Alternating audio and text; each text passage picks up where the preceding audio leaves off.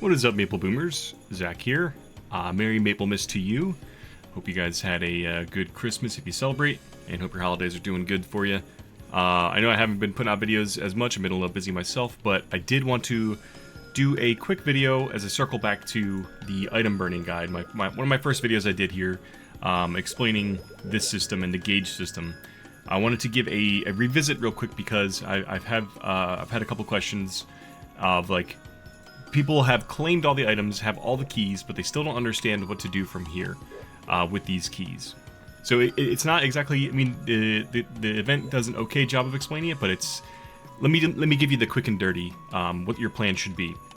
Another editor's note real quick, this worked really well last time, so we're at 344 subs. If you could do me a huge favor, I would love to hit 500 at some point. If you could subscribe, if you're not, and you like my videos and you want me to keep making them, that's a good motivator for me. So please like and subscribe, please. Thank you. Okay. I've now tried recording this video 3 times now, and that's just how confusing the item burning gauge system, or not the gauge system, the key system is. So definitively, let's take another look here.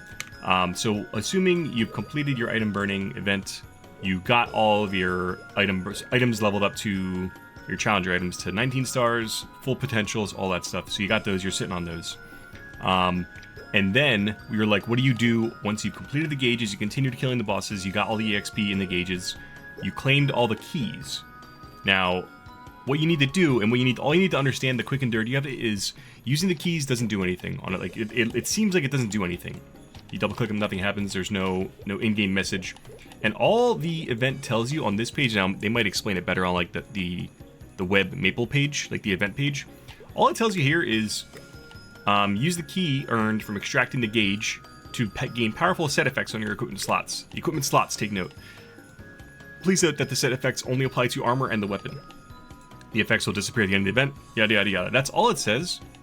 Now, all you need to know and all you have to understand is, take a look at this.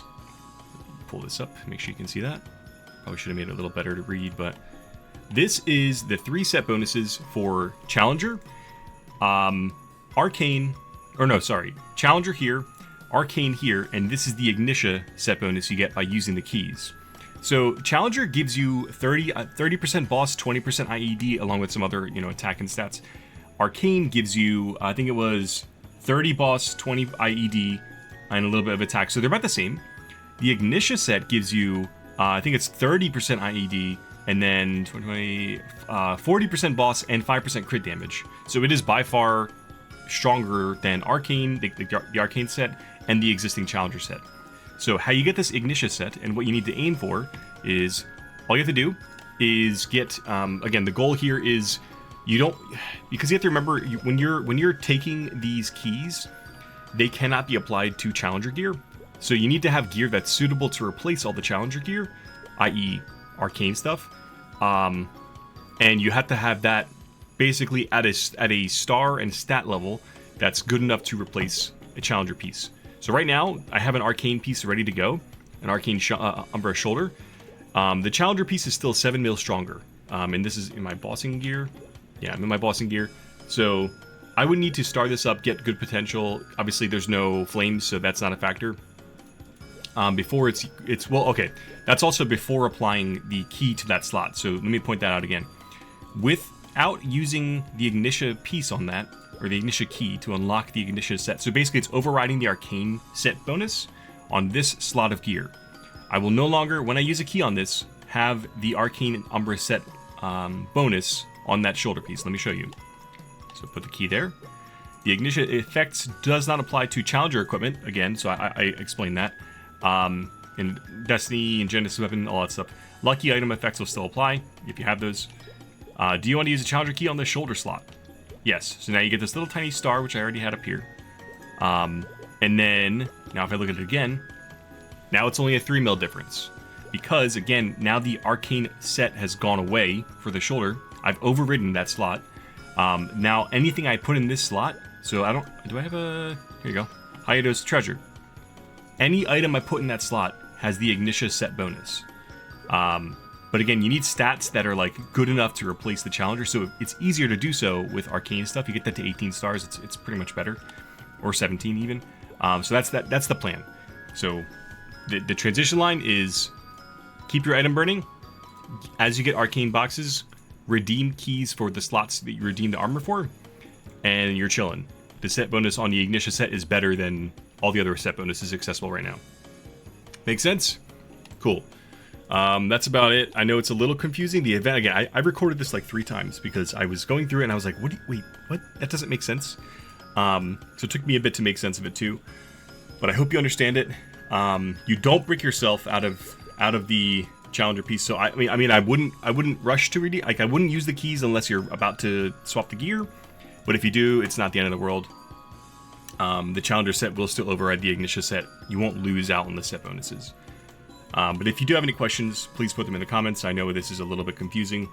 I told you I'd revisit this, I think, in my first video, but I hope that makes sense for you guys. Again, keep it simple. Arcane, redeem them, use the keys on those slots. Don't double-click the keys. Last quick reminder, it's December 26th right now. We have another Shining Star Force this Saturday. I don't have a lot of money, as you can see. Actually, I don't have a lot. I didn't have a lot. There you go. Look at that. Now I got 8 bill. That's almost all my weekly bosses. So hopefully you have more money than I do saved up. I'll be pushing some of these arcanes a little bit. And yeah, just hopefully you have something to star up. I'll probably be doing CRA, actually. That's what you would do. Okay. For the, obviously, top, or hat, top, and bottom, that's CRA. So you can do that when you get into 22. So that's what I'll be trying to do for Shining Star Force, which is this weekend. So that's your reminder for that. Good luck on that. May your drops be pitched, and may your 22s hit. But that's it. If you guys have any questions, put them in the comments. Thanks so much for watching, and I will see you soon.